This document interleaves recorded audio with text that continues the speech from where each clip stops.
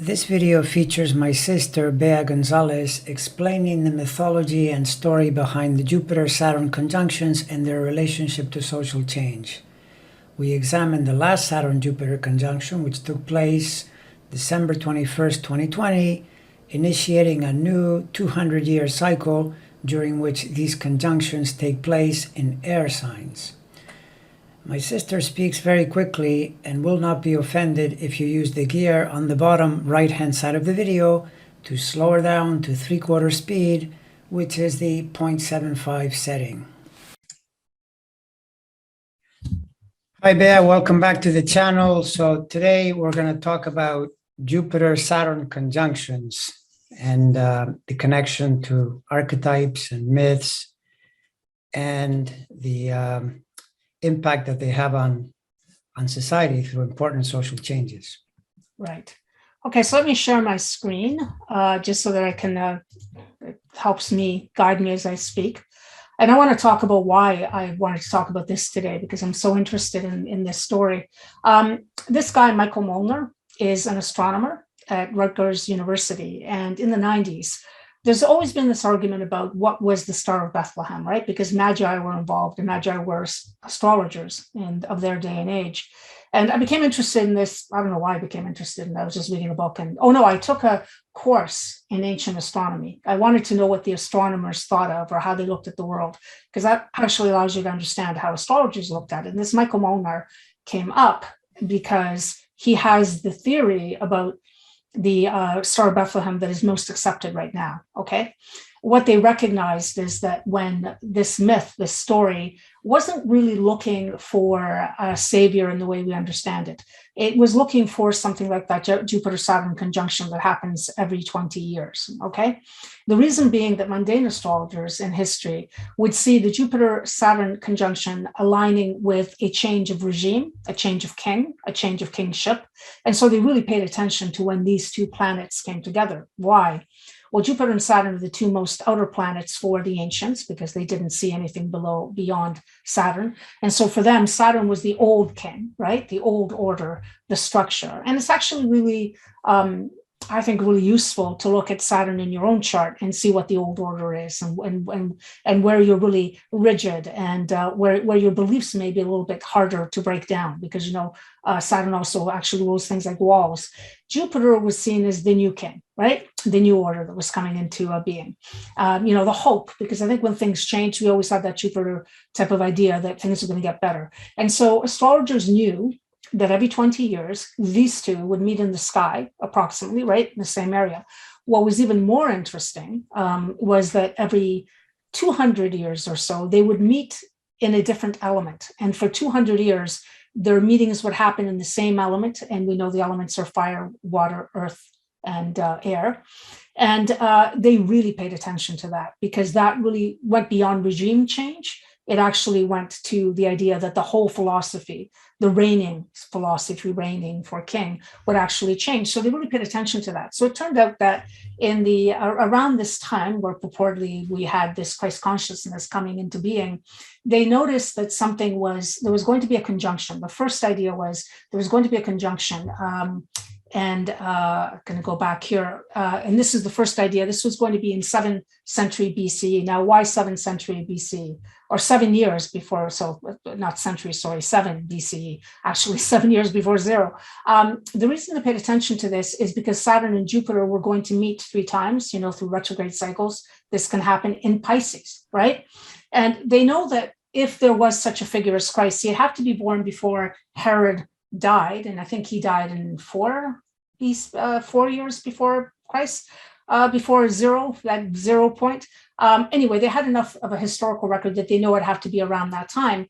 And it turns out that in the year 7, they had this Saturn-Jupiter conjunction in Pisces. And of course, we know that the story of Christ is actually aligned with the Piscean age in that it has all the values that Pisces is known for. And so this is what it was thought before, right? The Saturn-Jupiter met, they noticed this. And I think it was also at the time that the element was changing to water. And so they thought this had to be a definitive definitive time to track when this new Christ consciousness idea. And remember, when you're talking about a reigning philosophy, you're talking about a philosophy, not necessarily a person, although it tends to be projected onto a person. So we're not really talking about the birth of Christ. We're talking about something in the sky, because astrologers, who are astronomers as well, would have been looking for this as a sign that the new king was going to be born in some way or another. So then going back to Molner had a different idea, because he bought a coin. He was an archeoastronomer. He had bought a coin for $50 basically, and he was very intrigued by it. It was an old Roman coin, and it featured someone, Aries, looking up at the sky to the east. And he thought, well, what was this about? So he went digging, and he determined that what the astrologers were really looking for, which was a rare occultation of Jupiter by the moon.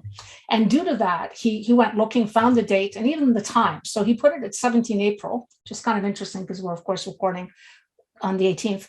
He put it to be 17 April 6 BC at 5:01 in the morning. And if you look at this chart, you have the ascendant at 11, Jupiter right on the ascendant with the moon in that position where it's obscuring it. It's quite rare. And so this is what he said was what they were looking for, because this, of course, this chart's also cast for Bethlehem, where this was taking place. So I started thinking, I thought, okay, that's interesting, right? We have a bunch of astrologers looking to locate this Jupiter-Saturn conjunction. It's super important, it seems, especially from the perspective of mundane astrology. So that got me thinking about what happened in 2020. And I'm just going to jump first. What happened was this. In December 21st, 2020, and my time, Eastern time, it was about 4:30 in the afternoon, you had the exact conjunction of Jupiter and Saturn in the sky in Aquarius. If you remember, it's 0 degrees Aquarius. And what was interesting about that is it initiated one of these great cycles, because it ended the Earth cycle that we had those conjunctions in for close to 200 years. A little bit less, but close to it. And it's starting a new cycle that will again go for about 150 to 200 years. And so people really noticed at that time. And I don't know if you saw the chatter, because I was really watching this. I found this fascinating. And of course, it happened on the solstice, and it happened at a time when in your country there was so much disruption, because it was just before January 6th, the events of January 6th. There was a lot in the air. There, the election was being contested and everybody was riled up. But it happened at 0 degrees Aquarius, right? If you remember. And if you went down, I went down to the lake to look at this. It was really quite spectacular, because when people have to remember, they're not actually close to each other in the real world out there. It's from the perspective of the Earth. They're so close together, they almost can look like they're one instead of the two that are separate. Anyway, so we went down there. It was quite a sight, and I was really fascinated by it. But I was really fascinated by why, what was the mythological drive behind this real need to identify this particular conjunction in history, because it keeps showing up. There's no question that it was considered pretty important. So here are the cycles that happened. If you go to the Earth cycle, which is the one we're coming out right now, that was the 19th and 20th centuries. If you go back to the previous one, it was 1007 to 1206, and then we jumped into the air cycle in 1186 to 1405, and that's what we've done now. We have just jumped into the air cycle. Technically, 1980 was when it first entered the air cycle, because they met in Libra, but in 2000, it again met for the last time in Earth, in Taurus. And that happens in each of the cycles. There's this weird thing where it enters and then it goes back one more time just for the last hurrah, and then it moves definitively into the new element, right? So just thinking about the elements, the Earth versus the air cycle. The Earth cycle that we have just gone through between 1802 and 2000 really talks about the age of capitalism in a big way, because 1802 matches really nicely to the beginning, especially in Britain and then the United States and other countries, of industrialization, right? And it's bigger than people think, because it's not only that you're exploiting the Earth and you're creating a system by where, we're creating more and more things and more value, or what way you want to define it. And of course, the shadow quality is that you're also destroying so many things in the process, but it's the idea of accumulation, and often it involves the Earth. So of course, oil is going to become very important eventually in this whole story. But the other thing that happened in 1800 is by freeing people from the land, in other words, by giving people a chance to work, they were able to change demographically the whole story. Up to the 19th century, generally people didn't marry till later. I know people think that, because they see Shakespeare and Romeo and Juliet, but Romeo and Juliet belonged in that story belonged to an upper class family, and they were able to marry because they had resources. But the average person, which would have been 99% of the population, hey, much like now, actually, the average person still continues to be, the average family continues to occupy 99% of that population. They didn't have the resources to actually marry, so they would have to wait. So the actual age of marriage was relatively late. It was 26 or so, 25, around the 15th century. Then you get to the 19th century, and there's a huge population explosion, because you can go to the factories, the women can work in the factories, children eventually work in the factories. And so you have this ability to now have many, many children, and we have this huge explosion that begins in Europe and goes right around. And before, of course, you would have children on the land, and this still happens because they could help, and many would die. And of course, we're still talking about a time when infectious disease would wipe out half of your children, if not all. I mean, there's lots of awful stories about that. But anyway, this huge population explosion, then you have this huge development in terms of the industrial world. And that's what we've been living in the last 200 years, except for this weird period in 1980, when the conjunction happened weirdly in Libra. Now, one of the interesting things relative to the US history is that every time you had one of those conjunctions in Earth, it seemed to coincide with the leader dying. I mean, remember the curse that we always talked about? If somebody was elected on a 0, 20, 40, 60, whatever, that leader, whoever was in power, was going to die in office. And that actually happened, if you think about it, till 1980, when Reagan was shot. He survived that. So it's kind of interesting, right? That it never came back, that the curse was broken on that thing. I mean, it's an interesting synchronicity. I'm not saying there's any relevance to it, but it's interesting that the king, if you want to consider the leader of your country the king, it's the same archetype. It is weird that a Jupiter-Saturn conjunction until 1980 in the United States, you would have that person who was in power die. Just a weird coincidence. Okay, are you talking about 1960 was the Capricorn conjunction, and then Kennedy died in 63, was assassinated. 1980, someone tried to kill Reagan. 1940, Roosevelt was in power. He didn't die then, he died later. Yeah, but it's the idea that the person who is in power at the time dies. So yeah, will die. What about 1920? I'm trying to think back in 1920. It actually goes back, track it right back to the whole series, and you will see that this is one of the, it was joked about, there's somebody who gets elected on a 0 is going to die, right? That was the idea. Right. But it stops happening. But because in 2000 it didn't happen. Exactly. But the idea is that you had the air 1980. Anyway, it's a particular synchronicity. It only seems to work for the States, so I wouldn't really take it very seriously, but it's an interesting comment. But going into air, that's broken up, and you don't have that problem, although there was an assassination attempt, obviously, in 1980. The more interesting part is that there seems to be a correlation between changing into a new cycle and a new thought or a new way of looking at things. Now, if you look at 200 years, we were still on the excessive capital building, right? But you get to 1980, and it's not you stop that. But what's interesting about it is the new thing that comes in, because it goes into an air sign, and air is more associated with technology, for example. That's one thing that we associate with air, and it coincides nicely with the development or the importance of the personal computer in the 80s, and then in the 90s, even more so, the development of the email, World Wide Web, which eventually kind of takes everything over. You could argue that in 2000, when the conjunction returned back to Earth, the last 20 years have seen a huge explosion in capital at the extreme ends, I would argue. We're seeing the billionaires coming back in some ridiculous disparity that makes no sense. So you could think one of the significations, and it's a fool's game to predict anything, but you could think that maybe in this new air period, we might be questioning if this is at all wise to be giving so much power to people like Elon Musk, who's going to try to buy Twitter and then influence the public conversation, for example, right? And so that's what you notice. What they would notice is there is a fundamental shift, and this shift isn't minor because of the change into that air cycle period. So far, so good. What did you define what air is like as opposed to the Earth cycle? Because I think that's really important for people to really wrap their minds around that. Yeah, well, one example to illustrate that would be with Earth. When you look at Earth signs, you get animals. So Taurus is the bull or the cow, and then Virgo, it's a little bit, Virgo you could argue is a bit of a mix. There's no animal there, but definitely in Capricorn. And then, of course, in the fire signs and in the water signs, lots of animals. Air, no animals. Gemini, the twins, they're human signs. Libra, same thing. Aquarius, same thing. So there's a sense in which you would argue that the air element is, in a sense, the human element, the most human element.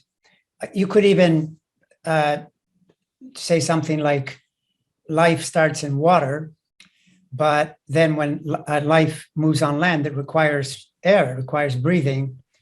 And, the human realm is definitely breath related, oxygen related, air related. I mean, there's no air, there's no life.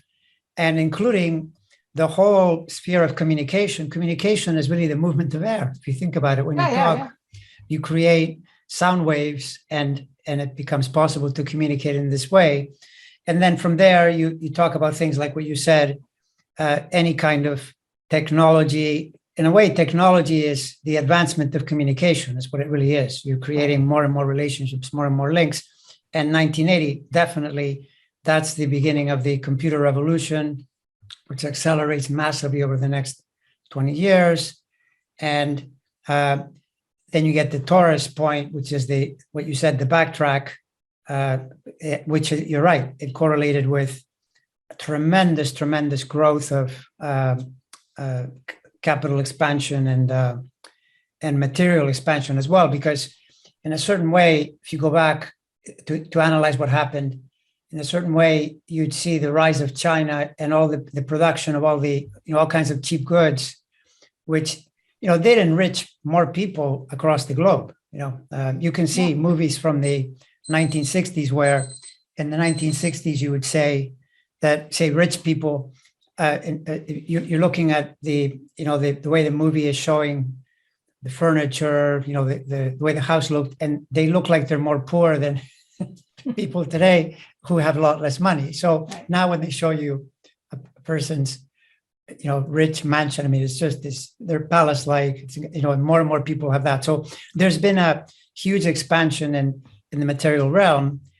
But yes, definitely the air connotation, you can see it in 1980. The other thing, by the way, with these cycles that's really striking is notice that 1940, there was a change in order in that there had been this incredible rise in fascism and the Mussolini, Hitler, Franco in Spain, and the Empire of Japan. There was this intense focus on autocracy. Then in 1940 is pretty much when it breaks, because the Allies fight back and you establish a democratic order. 1960, especially in the US, that conjunction then led to the social expansion of the 60s, because it led to the passage of laws that really increased prosperity for more people, in the US for sure.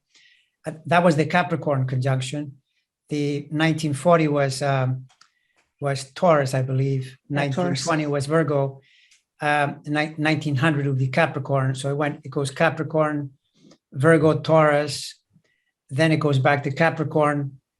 In 1960, 1980 is the lone thing where it goes into Aries.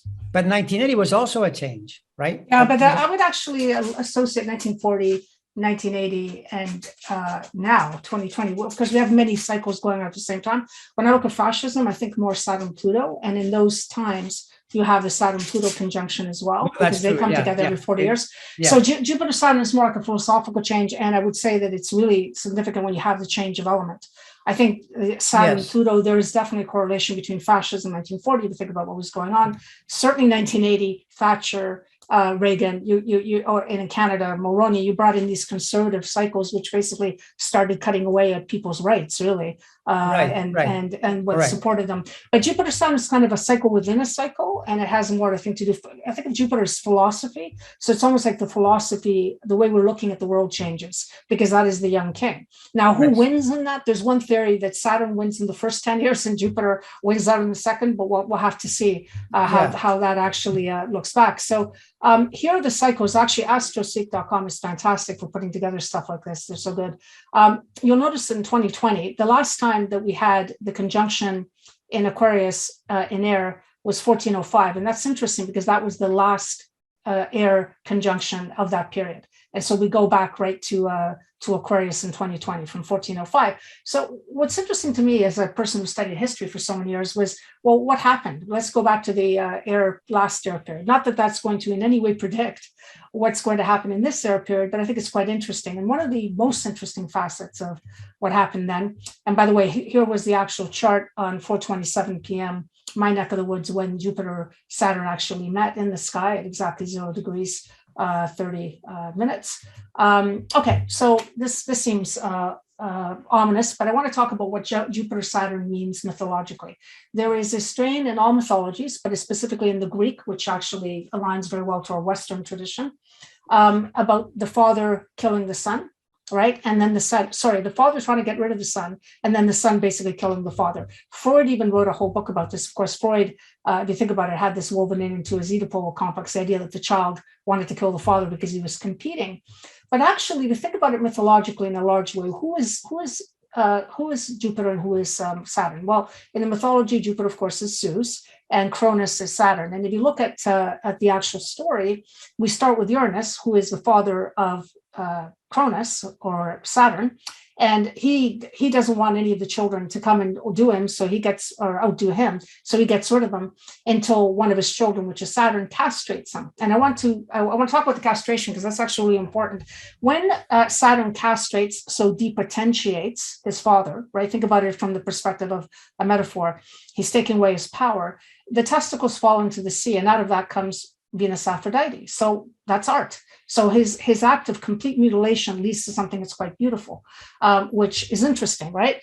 Just from that perspective. So Saturn does that to his father, and then Saturn starts eating up all of his children because he doesn't want them to. I mean, I guess this is simple psychology. If you've killed your father, you're going to doubt your own kids, right? Because they may come after you too. It's the whole idea of an unconscious complex being passed on from generation to generation until somebody says, no more, I'm not playing this game anymore. So he's eating his children. The wife, Rhea, she gets ticked off eventually, and she gives him a stone for one of her children and takes Zeus, Jupiter, off to somewhere else to be raised by, the usual story that shows up in many myths, so he can come and, eventually get rid of the father and maybe recover the siblings. And that's exactly what Zeus does. He goes off, he gets strong, he raises him, he gets raised by normal people, comes back, and he basically fights his father. And in fighting his father, he liberates his siblings as well, right? He gets them to cough up, to vomit up all the children that he had swallowed, and he saves the day. And Jupiter, Zeus, does not get killed by his children. I mean, that's the last. The story ends in that third generation, right? Which is kind of interesting as well. But I just want to go back to Saturn castrating Uranus, and out of it comes art. I have a group that has a lot of artists, and one thing that a lot of artists deal with is the inability to stop Saturn from hijacking their work. If you think of the Saturn principle, right? Saturn is always no. It's saying you're not good enough, your work isn't good enough, you're never going to go anywhere. Jupiter's the opposite. It tends to be extremely optimistic, and yes, you can do anything. But without parking your Saturn when you're working on a piece of anything, actually, I would say, I just know as a writer that is something that can stop me. Without you parking this character to one side, of course, this character who's within, you're not going to get a lot of work done because it basically comes in and it castrates your ability to be creative. So it's interesting that that is one of the things that you should, when you're looking at myths, you're looking, how does this manifest psychologically, right? Because that's really what you really want to be exploring. That's why they're still relevant 2,000 years later, because they still speak to us on a psychological level. So this killing of the father motif is really important on another level. In societies, Saturn is the old structure. It's what's established because it is established order. It rules, after all, Capricorn. One of its rulerships is Capricorn, which is really conservative, the old order. Jupiter is much more about the new order, the new king. And it tends to have more hopeful and, wants to push boundaries. So the fight's always between the young and the youth and the age, the old and the new. And it's a very hard fight, right? Because the old doesn't want to give up power. You're seeing it right now, just in something like the housing crisis we have in my country. The old people are going to have to let go of some of the real estate. Something's got to change, or those young people can never have access to something that is being held by the old. But it's really more about ideas, the ideas that you want to be pushing. In the 60s, you saw this in a big way, right? It's the idea that, look, we're changing identities, we're changing, there's a lot of talk right now on changing identity because it's being pushed by the youth.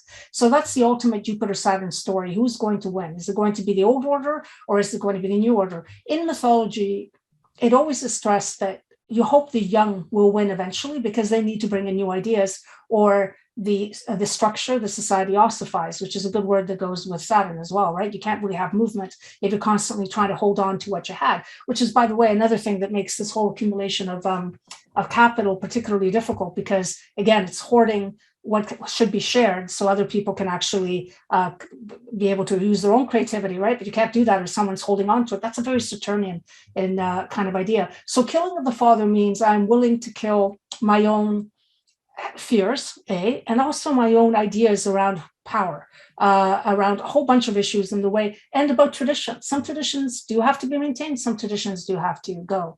It's not about killing the father entirely, because one of the interesting things about this story with Jupiter and Saturn is that he's exiled. He's not killed. He's actually, in the case of Saturn, he's exiled, and eventually they kind of free him and he goes to the Elysian fields. But he's basically, what he is he's removed from society. So Jupiter, this incredible creative principle that is embodied in all of the people that Jupiter / Zeus will bed. It's the idea of the creative principle being so strong, and it can't function if you've got Saturn in the background saying, no, you have to follow rules. So it's a way of merging both ideas without one overcoming the other, but ultimately you do want those new ideas coming in, or we stop. And the example I've always used is scientists. I've always said scientists are a great example of this because they do their best work prior to Saturn return, which is, of course, for everybody, the first Saturn return between 28 and 30. And I think that's because you're freer to think that way. You're freer. You're in an atmosphere where you can oppose your thesis supervisor, when you can come up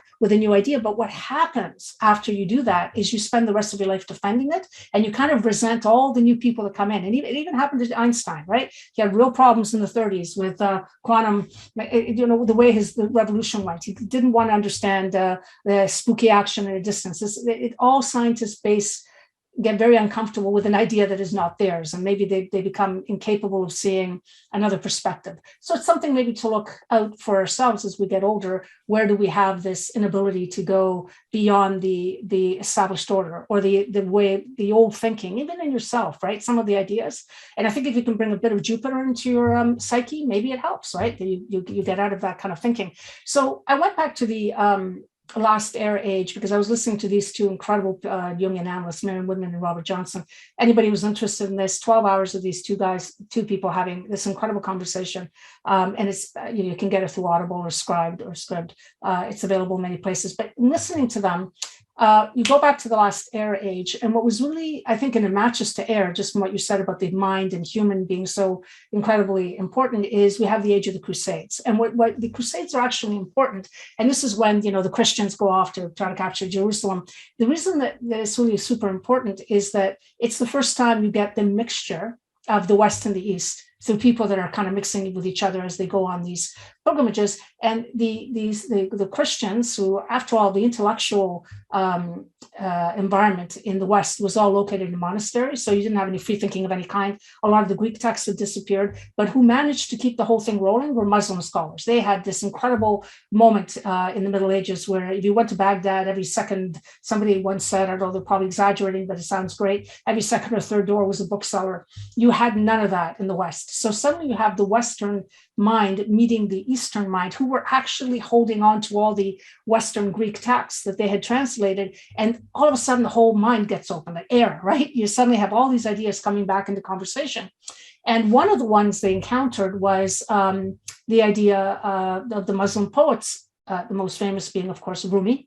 I don't know if you remember this in the 90s, that you went to a wedding and everybody had a Rumi poem that they quoted. Yeah. And the reason I laugh about that is because Rumi's great love affair was with God, right? He meets his teacher at the age of 37, which is kind of like Dante also had his midlife crisis at the age of 35 and wrote this incredible work. He meets his teacher, Shams, at 37, and he starts following him to learn about what it is. But it's God within. It certainly has nothing to do with a person in the exterior world. But these knights who were on these pilgrimages took that, and not understanding the basic concept, because in the West we had a God who was projected, they decided, well, this must be about a human, right? This love, it's so big, it's so incredible. So they came back home, and two things happened. If you see this arch, they built the great Gothic cathedrals, and what's great about this is if you go into a Gothic cathedral, they're most of the most beautiful cathedrals. Again, speaking to air, they kept trying to make these really tall, reaching for the sky type of architecture that just didn't function with what they knew about buildings. So they would, collapse. They had all sorts of problems. But then they noticed that mosques had this pointed arch here, and that could help actually in building a structure that would maintain these large windows, which are so part of it. And, the Michael Gallup mentioned this in your interview about Da Vinci. He made a really good point. These stained glass windows told the story. These people were illiterate, so they were hearing the stories that are depicted in the Bible through these stained glass windows. So they speak. It's not just that they're beautiful, which they absolutely are. Anyway, so this is one of the manifestations, the Gothic, which is absolutely stunning. But again, it's trying to reach for the sky, because one of the things about air is that it's masculine, right? So it's always trying to go to the mind, go higher. It's not soul. The feminine goes to the ground, tries to ground itself in the depths. Masculine always reaches high. All right. The other thing was the troubadour tradition. So it's the time that we have this incredible thing where troubadours, these singers, these poets would come and sing to a woman. The woman was married generally, and these were young men, and they would come out and they would sing, and the balcony scene, and the woman would feel great because she was generally had been married off in an economic arrangement, so there was no love with her husband, and so getting all this attention was fantastic. The husband was probably happy because he didn't have to worry about the wife, and it was all very, very good and well until, of course, as usual, they got involved. Sometimes these two would get involved, and then the social structure would be threatened. But out of this tradition came something that's really important in the West, which are the Arthurian stories, and in particular one story that is very famous, which is Tristan and Isolde. Why is this important? Because Tristan and Isolde is the myth that gives you something that really wasn't there before, which is the myth of romantic love. The idea that there is one special person for you and no other person, and you must find them, and this whole concept of a soulmate. And Robert Johnson talks a lot about this because he has argued that this myth has permeated practically everything today, and there's a natural progression from this spirit to them.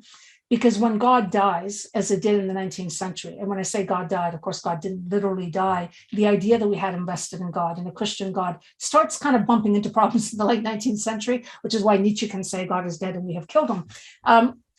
Robert Johnson goes back to the spirit and says the romantic love that came out of here is very troubling because it's triangulated.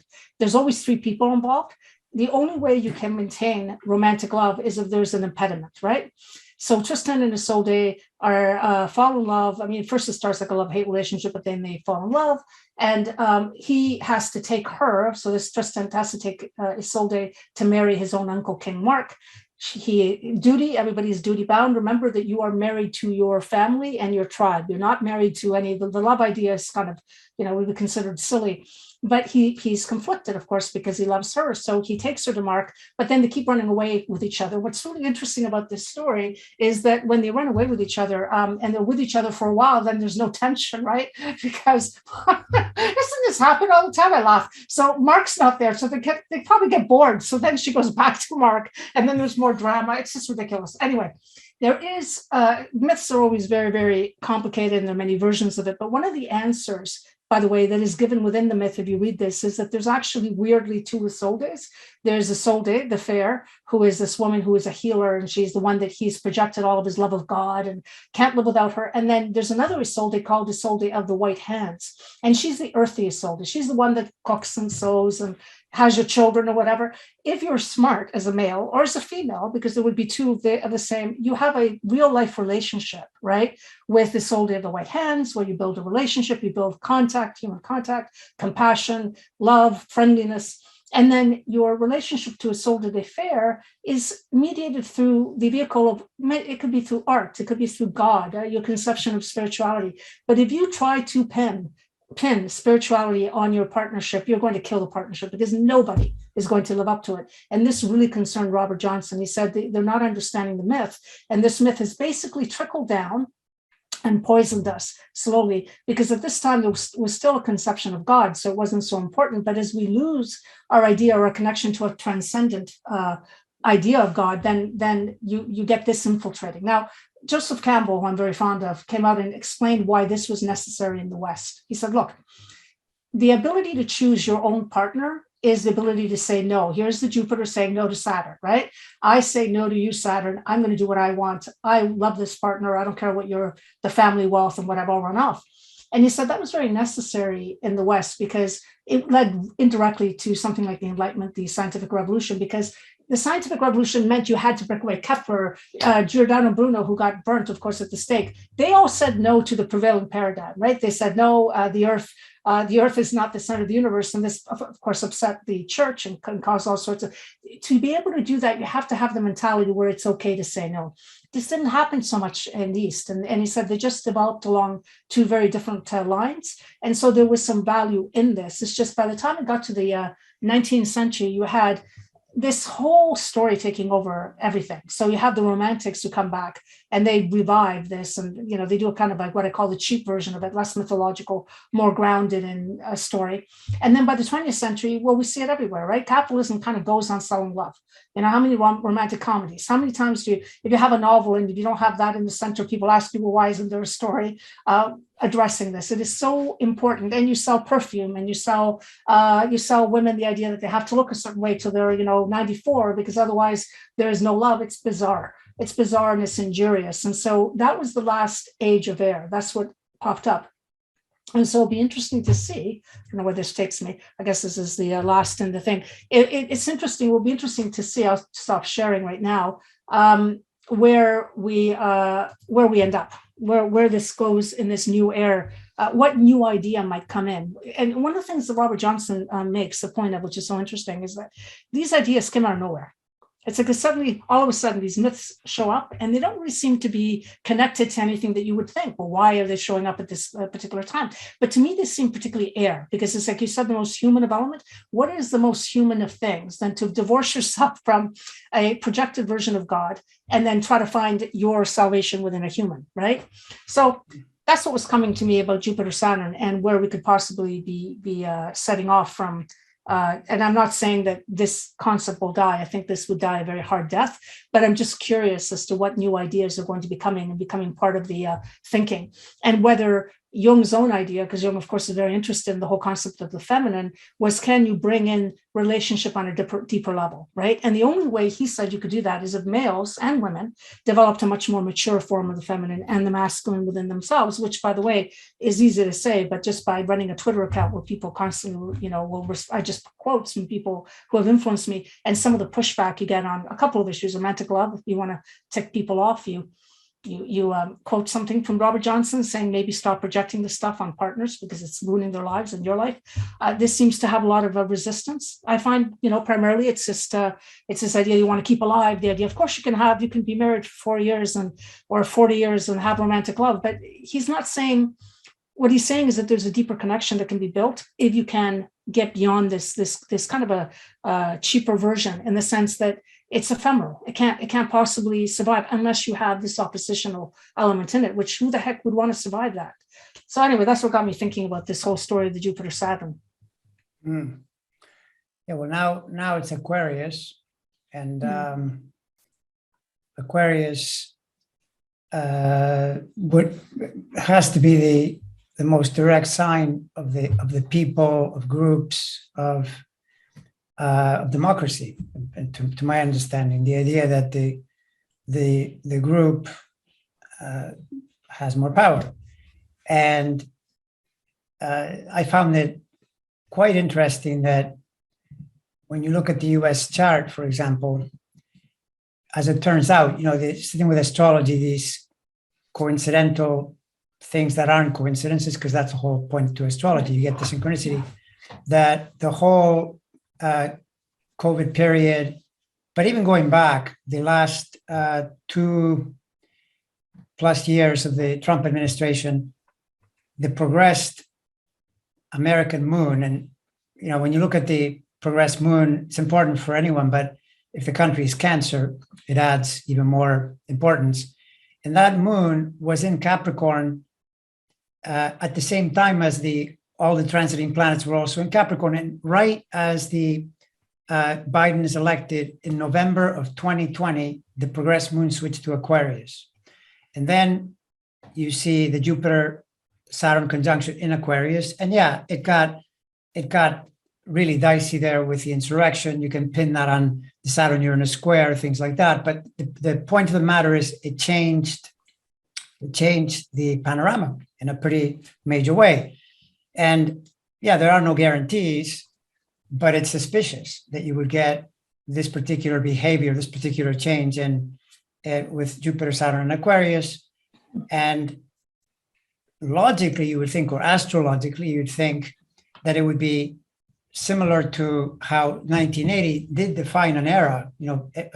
Reagan coming in pretty much started something that was quite different from what, in fact, the previous one was 1960, when that also started something important.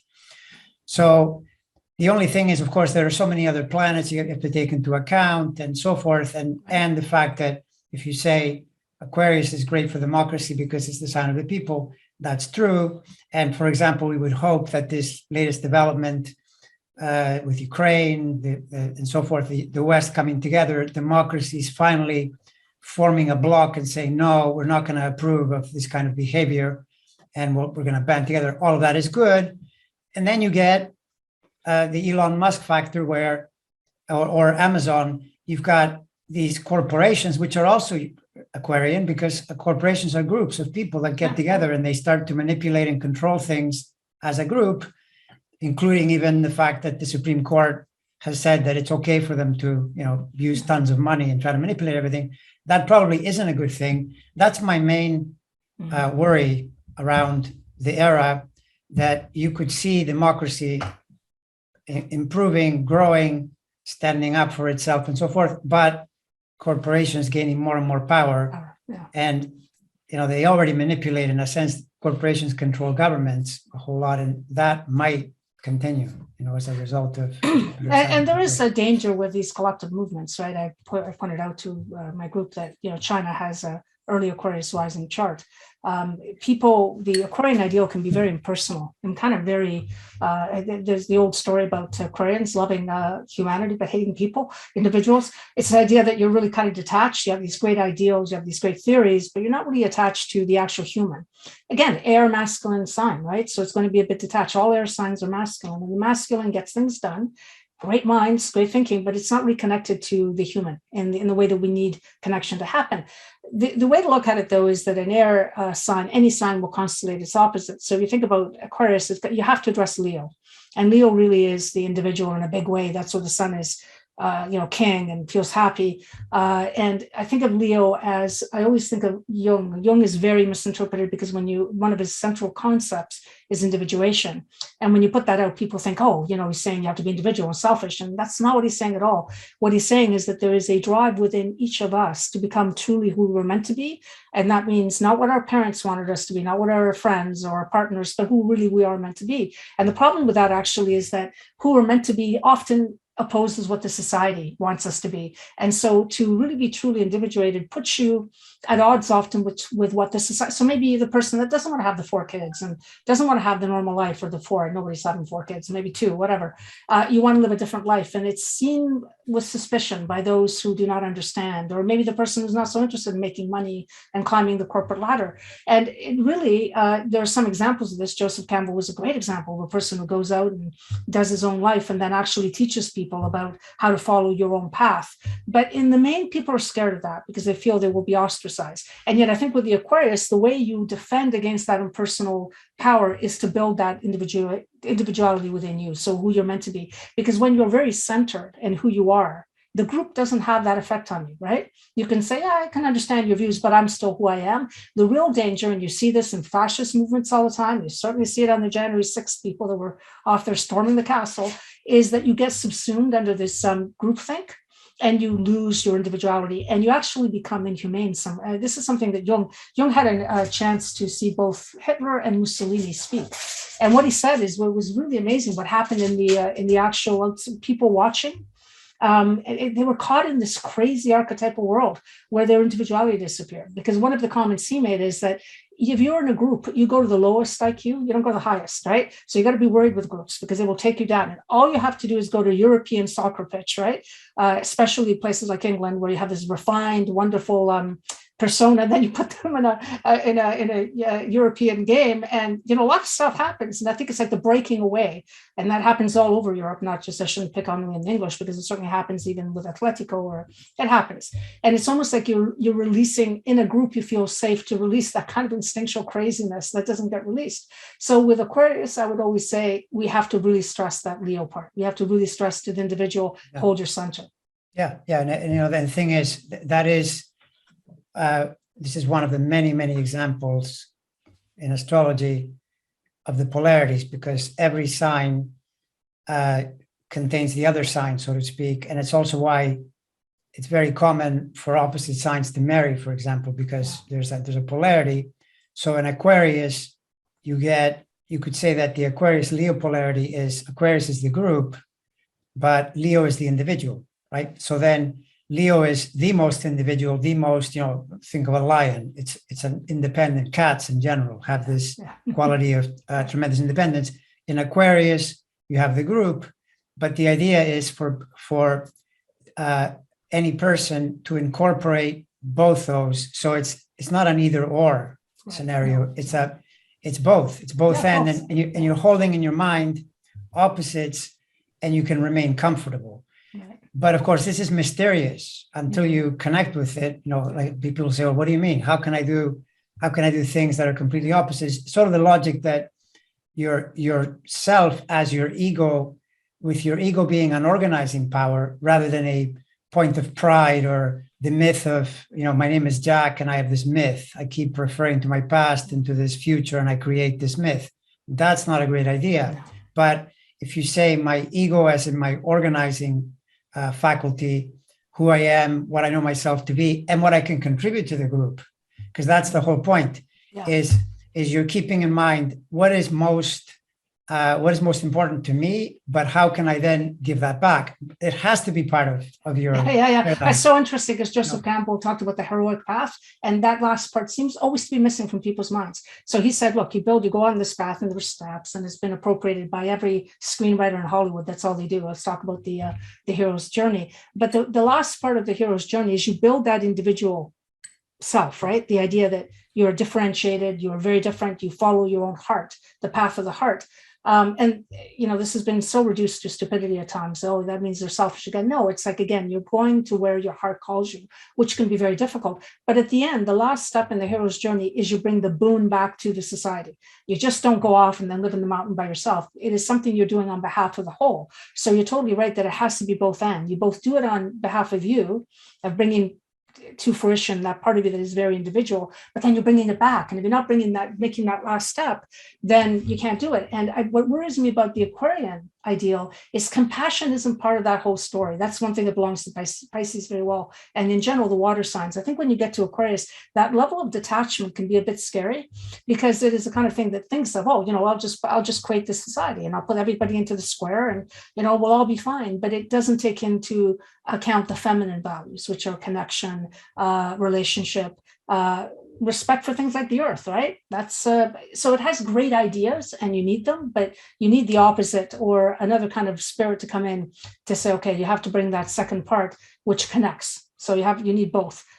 It's not a type of thinking that people are really comfortable with, honestly. Yeah, well, but the thing is though that I mean, if you're just pondering the Jupiter Saturn, at least one part of the archetype, because Saturn is so maligned, and yet it turns out to be so important if you manage to use it properly or connect with it properly. But if you take Jupiter as the optimistic, things are possible, focus on what is possible, focus on expanding, growing, connecting to more, etc.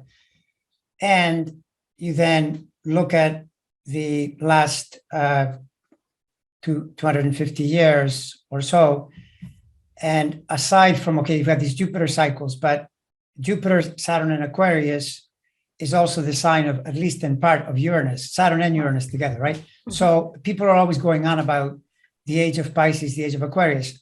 To my logic, to my sense of this, the discovery of Uranus has this pretty strong connection to the age of Aquarius, in that, if you notice, it's not just that Uranus comes in and society discovers electricity, and then you get technology and you get this major change, right, that is completely radical to anything we had seen before ever, right. That we're aware of. Maybe there's some fossil that'll prove me wrong, but I doubt it, right? Yeah. So then, as soon as you see that, you say, well, that's technology, but also that's when democracies came online. Yeah. There were a couple of experiments, but all of a sudden there you get the US experiment, and then in Europe you start to get more and more democracies. So basically you go from what was essentially mob rule, in that, like, gangster rule. There was one thug at the top. It could be a king, but they would endow him with all this power. And if it's not a king, it's an emperor. And if it's not an emperor, it's like someone like Genghis Khan, the Mongols. Just go in and take everything by force. And now you've got this other model. And I think it's not perfect. As Churchill said, democracy is horrible, except for all the other systems. Yeah, absolutely. So it's absolutely worth defending, so you can exchange ideas freely, say things freely. But of course, like when Michael and I were talking, we discussed the idea that it involves responsibility. That would be the Saturn part, in a way. Saturn is the one that says, well, what are the consequences of your action? So responsibility means, don't do the Uranian, the side of Aquarius that is like the angry teenager. I can just break things and do whatever I like and curse everything. How does that fit in with society? Not very well, probably, right? So both of those have to be in play in order for the society to prosper. But if you take it away and say, well, oh no, this is it's too chaotic, too many people get a say, and then you get Putin, who is basically, he wants to keep all the billions for himself, reward his inner circle of thugs with billions as well, and then everybody else is kept down. They're not allowed to prosper materially. They're not allowed to prosper intellectually, because the only thing they can consider is the catechism of the regime. So to my mind, that's one of the most important things about this period, that people have to be more respectful of democracy in its true sense. So you just brought up such an important thing about the rulership, the modern rulership of Aquarius, which is attributed to Uranus, which traditional astrologers do not even consider. But actually, if you consider those two principles, Saturn and Uranus, it's really interesting. Uranus it is so associated in my head with the French Revolution, the guillotine. Guillotine seems completely Uranian, cut off your head, boom. And that's what they were doing to the aristocrats. And so that's a great symbol of it. But on the other hand, you've just said the most important point. Saturn's always maligned because it was considered the grand or the great malefic in the old system of thought. And the thing about Saturn, being a Saturn person, is that it really annoys me when responsibility isn't spoken about as the other part of the equation. So if you have Uranus, which is incredible, you see this in charts of like really amazing people like James Joyce, right? Who broke through all of the rules in writing and created a new novel almost. But then if you don't have the Saturn backbone to make it into form, then you're not going to have anything. Like you say, you have these incredible people running around upsetting the apple cart because it doesn't serve me. So the Saturn principle is really important. How you bring these two together is going to be the hardest thing. I think it was Abraham Maslow who said that what the United States needed was a statue of responsibility. I think I mentioned this last time on the West Coast to match the freedom. I don't see that happening in a lot of societies. And this is the fundamental problem between youth and the old, right? The old hang on too tight. They have no concept of Uranus anymore because they lost that ideal because they're so scared. All you have to do to get people primed to vote for you is to scare the heck out of you. And that's what the conservatives in every country have done since the beginning of time. They just wind you up. They scare you. There's immigrants coming in to take away everything, blah, blah, blah, and you will vote for them. So the ability to hold those two ideas, that I can be very innovative and come up with a great idea, but at the same time, I have a responsibility to the group as in society so that I don't actually, or I accept an election. Let's say that's just a fundamental thing. I'll accept the results of an election. And so these two planets, forces, which are now aligned with these next 20 years at the very least. And if you want to take it, I think, further to the whole idea of an Aquarian age, you really have to integrate these two and hold these two together at the same time. And we'll see. Again, it is personal work, right? You have to start with yourself, try to figure out how to do it within yourself, and then maybe it actually works overall. It's true. That's totally true. And you also hope that when it comes to Aquarius, I get a better sense of truth than I do with anything Piscean, because Pisces is so malleable. This is where you go into the Neptunian, anything goes and truth gets flipped over. And I think Aquarius, because of the scientism, the idea of you could link it to data, for example, link it to actual facts, anything with Gemini, Libra to some extent too, but Gemini, Aquarius especially. Gemini, Mercury rules Gemini. Uranus is the higher octave of Mercury. There's a sense that you're saying this is true, this is not true, and you're basing it on some form of science.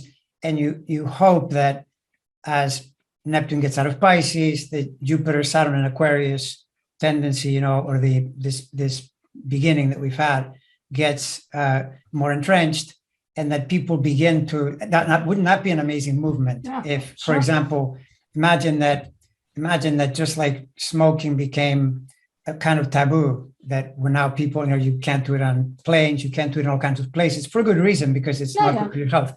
So imagine if it was in vogue to be more truthful, to actually what a concept. stop making things up. Okay, well, we'll leave it with this, because I just saw this on my Twitter feed, which I thought was brilliant, and I can't remember the name. And a wonderful Russian-American journalist who's on a lot of time, Marsha, I'll come to me, but she was being interviewed by by a journalist who said, the Russians are saying that ship wasn't sunk by the Ukrainians, and they're giving all sorts of reasons. And she stopped the journalist and said, look, you even discussing this is giving credence to that.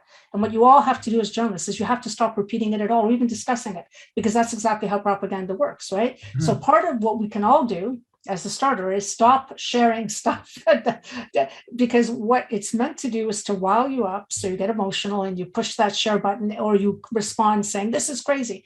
Just ignore it. It's not real. It's gaslighting on a high level. And the most important thing to do is just hold your center, hold what you know to be true, and keep moving along. The problem is they've muddied the water. They've done an incredible job on practically everything. We've talked about this before. And so whatever comes out of it, and it's sad because, you talk about Pisces, Mercury, which is considered in its detriment in Pisces, gives you the poet. It gives you Maya Angelou. It gives you a lot of people that are extremely poetic and musical, and it's beautiful. But applied in the wrong way, the Piscean energy can take you to hell, which is, I think, where we've been, certainly in the last 5 years. That's how it feels, just being on that information side where people are just attacking each other. And so we need, actually, here's one good word for the masculine and for air: discernment. You need to be discerning. Take the sword, and actually the higher octave of the masculine is not even the sword, because that's messy. It kind of cuts away. Yeah. The lance, right? You take it and you say, this makes sense, this I can verify, and this doesn't. And that will be all of our task. It's a good Aquarian task. The thing is that when you think about what people know, what any of us know in large measure, it's because of our sources. Mm. And sources are, again, in the air element, because if you think about media, the natural place for media is the Gemini-Sagittarius axis, right. So the Mercury-Jupiter axis. But then you would bring in air always as, communication moving around. So a person will say, well, this is so. And if you ask them, well, how do you know that? Well, it depends where they're listening. Yeah. So this is where you get into the argument. Is CNN telling you more truth or less truth than Fox News or OAN? Or or outlets like that. And to me, it's pretty obvious, pretty clear. I've had arguments with people about this, that of course the New York Times and the Washington Post and the Economist and CNN are not going to be perfect, but they're far, far, far better than this other garbage these other stations are putting out, because they create in people worldviews that are false. They're completely false. Russia would be the extreme, right? But I was amazed by this. I heard of this recent thing, that some project that they paid Fox News viewers to watch CNN for a month. Oh, yes. And a very large percentage changed their mind. So I'm thinking, well, do you have a mind to begin with? How could you have been fooled like that? And now you hear something else. Oh, okay. Well, that makes more sense. Hey, why don't you look around and it listen to happens. people? It happens in families, Andre. I mean, people are given stories and then you buy the story, then you have to break away from the story. It's the human part, which is why working on yourself is going to have to be the avenue towards this and to start questioning critically. And I think if you are invested in fear or you're invested in the ego and saying, well, I know something. Somebody was saying that the reason Trump was so popular in your country was not because he was a moron speaking, but precisely because he was a moron and people who feel talked down to or whatever. But, this is where we have to get people, improve our education system. Certainly in Canada, that does not wash. And I think it's because on the whole, we subsidize education. So we can go to university and not go bankrupt. And so it allows more of us to go to university. And that's exactly what you're seeing. So you have better critical thinking skills. And that's what you need to do. You need to invest in the parts of society that will shore up people so that they're not susceptible to this kind of thinking. But that's a big grand project, but guess where it belongs? Aquarius. So to me, I actually have hope. I have hope that this will bring this in. And remember, the conjunction that's coming up, and we could do something on a future time, is Saturn-Neptune.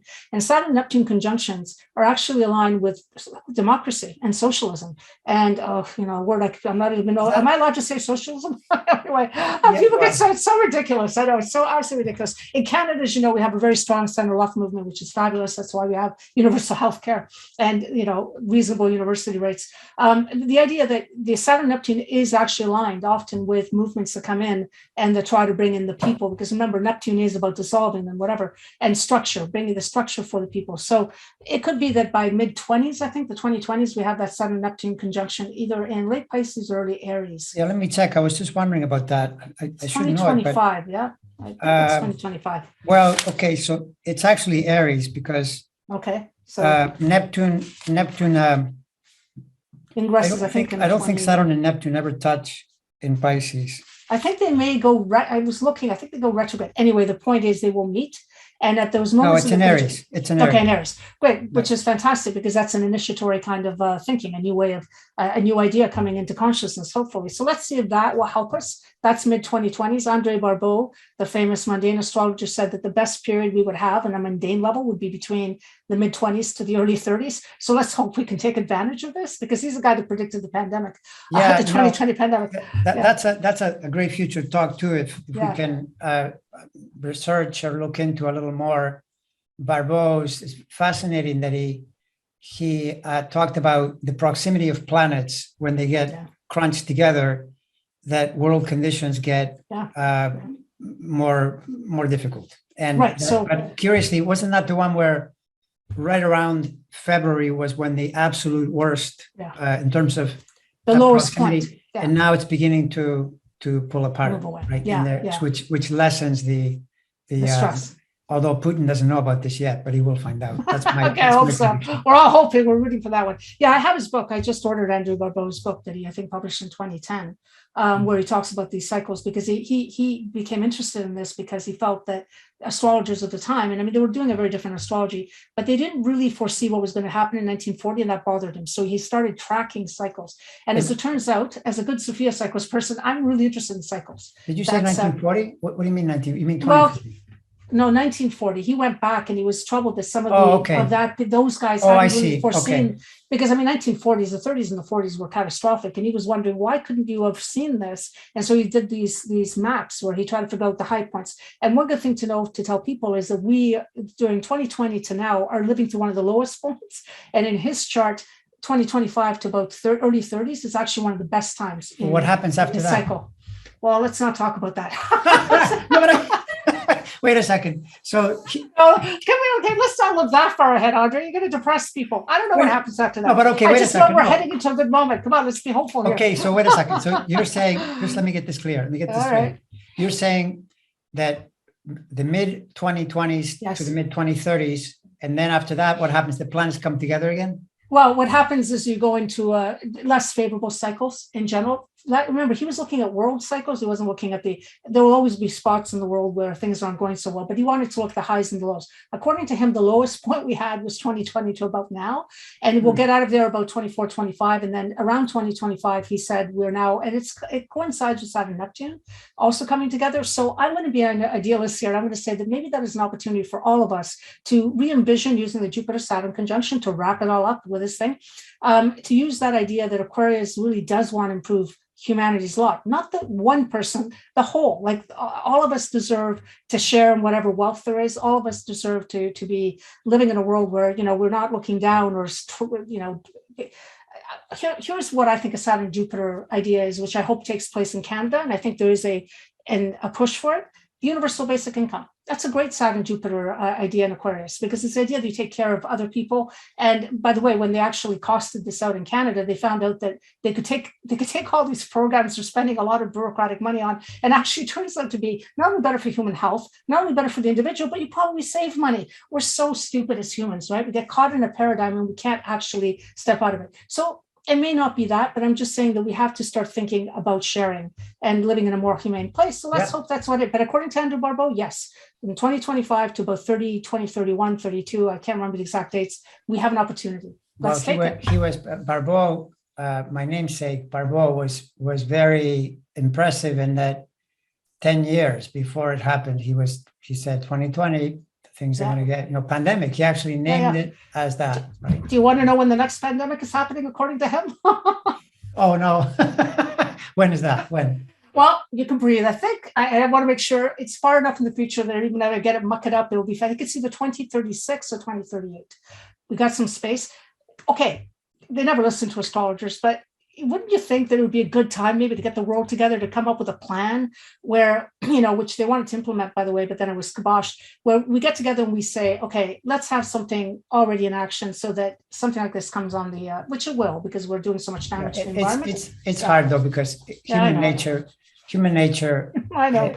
I can dream. Basically, things happen usually in response to crises, in response to, climate change, until they're drinking seawater in Miami or something. Yeah. And then they'll say, oh, okay, maybe time. Yeah, okay, this is really happening. Anyway, for another time. But anyway, there's Jupiter, Saturn. I'm gonna choose to be really hopeful about this, because as it turns out, I have Jupiter in Pisces, Saturn in Aquarius. I'm bringing these two. These are two important planets. For me, they are the drivers in my chart. And I love responsibility. That's a word that really, really makes me happy. But I also think possibility and expansion and just being idealistic in some way enough that it forces you to take action is good. So I'm going to hold those two and let's see what happens. All right. All right. Pleasure okay. Till next time. Talking with you. Till next time. All right. Next time.